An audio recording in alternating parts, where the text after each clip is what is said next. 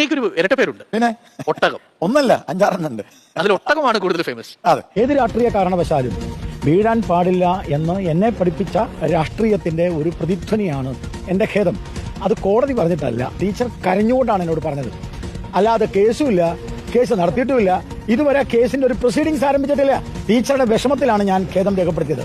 അതൊരു അന്തസ്സായ രാഷ്ട്രീയത്തിന്റെ പ്രതിധ്വനിയായിട്ടാണ് ഞാൻ കാണുന്നത്. സിപിഐഎം കേന്ദ്ര കമ്മിറ്റി അംഗം പി കെ ശ്രീമതിയോടുള്ള ഖേദപ്രകടനത്തിൽ മലക്കം മറിഞ്ഞ് ബി.ജെ.പി നേതാവ് അഡ്വക്കേറ്റ് ബി ഗോപാലകൃഷ്ണൻ.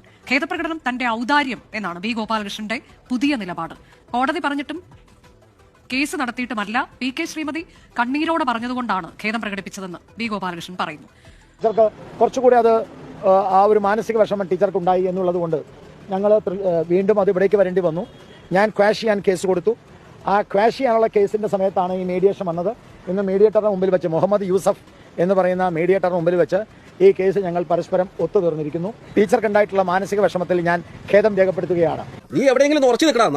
ഇന്നലെ മാധ്യമങ്ങൾക്ക് മുന്നിൽ പരസ്യമായി ഖേദപ്രകടനം നടത്തിയ ശേഷമാണ് ഇന്നിങ്ങനെ ഒരു നിലപാടിലേക്ക് അദ്ദേഹം മാറുന്നത്. പി കെ ശ്രീമതിയോടുള്ള ഖേദപ്രകടനം ഔദാര്യമാണെന്ന ബി ഗോപാലകൃഷ്ണന്റെ വാദം പൊളിയുന്നു. കേസ് അവസാനിപ്പിച്ചത് മാധ്യമങ്ങൾക്ക് മുന്നിൽ ഖേദം പ്രകടിപ്പിക്കാമെന്ന ഉറപ്പിന്മേലെന്ന് ഒത്തുതീർപ്പ് രേഖയിൽ വ്യക്തമാകുന്നു.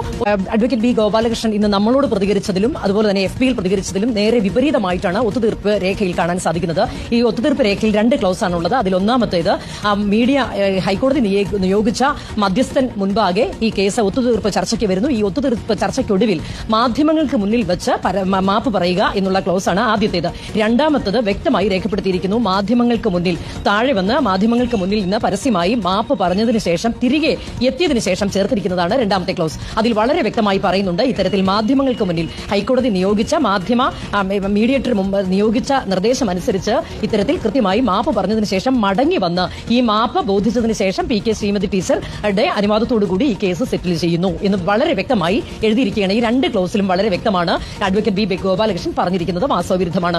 കോടതിയുടെ നിർദ്ദേശപ്രകാരം നിയോഗിച്ച മീഡിയേറ്ററിന്റെ നിർദ്ദേശാനുസരണം തന്നെ പരസ്യമായി മാപ്പ് പറയാനുള്ള നിർദ്ദേശമുണ്ട് ഒത്തുതീർപ്പ് രേഖയിൽ. ആ ഒത്തുതീർപ്പ് രേഖ പ്രകാരം പരസ്യമായി മാധ്യമങ്ങൾക്ക് മുന്നിൽ വന്ന് മാപ്പ് പറഞ്ഞതിന് ശേഷമാണ് ഈ രണ്ടാമത്തെ ക്ലോസ് വച്ചിരിക്കുന്നത്. അതായത് കേസ് ഒത്തുതീർപ്പാക്കുന്നു എന്നുള്ളത്. 2018 ജനുവരി 25-നാണ് ഇത്തരത്തിൽ അപകീർത്തികരമായ പ്രഖ്യാപനം പരാമർശം നടത്തിയെന്നുള്ള കേസ് വന്നത്. അതിനുശേഷം കണ്ണൂർ മജിസ്ട്രേറ്റ് കോടതിയിൽ പി കെ ശ്രീമതി കേസുമായി പോകുന്നു. അതേ തുടർന്നാണ് ഹൈക്കോടതിയിലേക്ക് ഈ കേസ് എത്തുന്നത്. ഹൈക്കോടതിയിൽ കേസ് എത്തിയതിനു ശേഷമാണ് ഇത്തരത്തിൽ മുഹമ്മദ് യൂസഫ്, മുൻ ജില്ലാ ജഡ്ജി കൂടിയാണ് അദ്ദേഹത്തെ ഇത്തരത്തിൽ മീഡിയേറ്ററായി ഹൈക്കോടതി നിയോഗിക്കുന്നത്. അദ്ദേഹത്തിന്റെ നിർദ്ദേശാനുസരണം ഇന്നലെ വളരെ കൃത്യമായി നടന്ന നടപടിക്രമങ്ങളെയാണ് ഇപ്പോൾ ബി ഗോപാലകൃഷ്ണൻ തെറ്റായി ഇത്തരത്തിൽ അവതരിപ്പിച്ചിരിക്കുന്നത്. ഇതുപോലൊരു പരമ നാറി ഡോക്ടർ